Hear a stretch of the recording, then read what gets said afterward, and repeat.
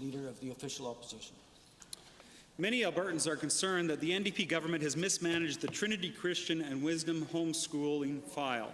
It looks like the government will now be in yet another complicated legal battle that will take actually months to resolve, while thousands of families and children lives have been thrown into uncertainty. It's not acceptable.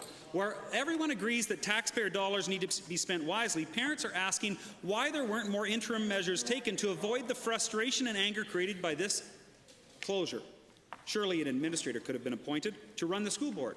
Can the Premier please explain why this wasn't done? Hear, hear. Mr. Speaker, our government supports the ability of parents to choose the best form of education that they would like to give to their children. However, it is important that when public dollars are involved, that those public dollars are expended in alignment with the law and with the rules that have been set out.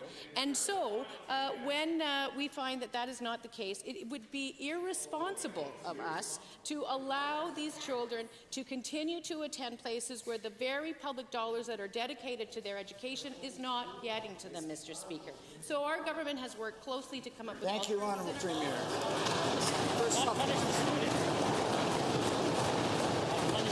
This board has nearly one-third of Alberta's homeschooling population. That's 3,500 children. Many are asking if a public board would have received the same harsh treatment for accusations of misallocated funds. It's like shutting down 2 large public high schools in mid-year.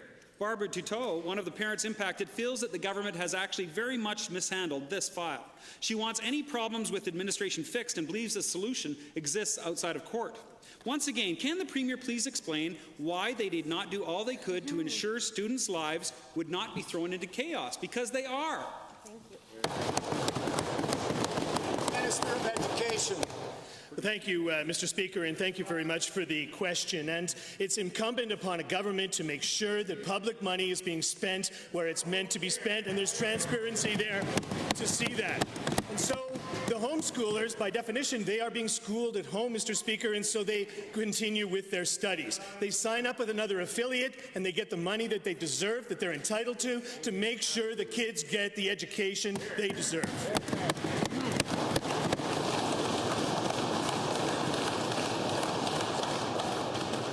Mr. Speaker, there were other options available, not to shut down a school system in mid-year. The allegations raised by the government are alarming and need to be resolved. No one disputes that. Exactly. But the fact is, thousands of Alberta parents and children right now are nervous about parental choice being eroded throughout our educational system. They want assurances from this Premier that the parent-driven models of education they have chosen for their children will be protected and always be in place in Alberta. Will the Premier please reassure Albertans right now that her government is not on a mission to wipe out homeschooling in Alberta?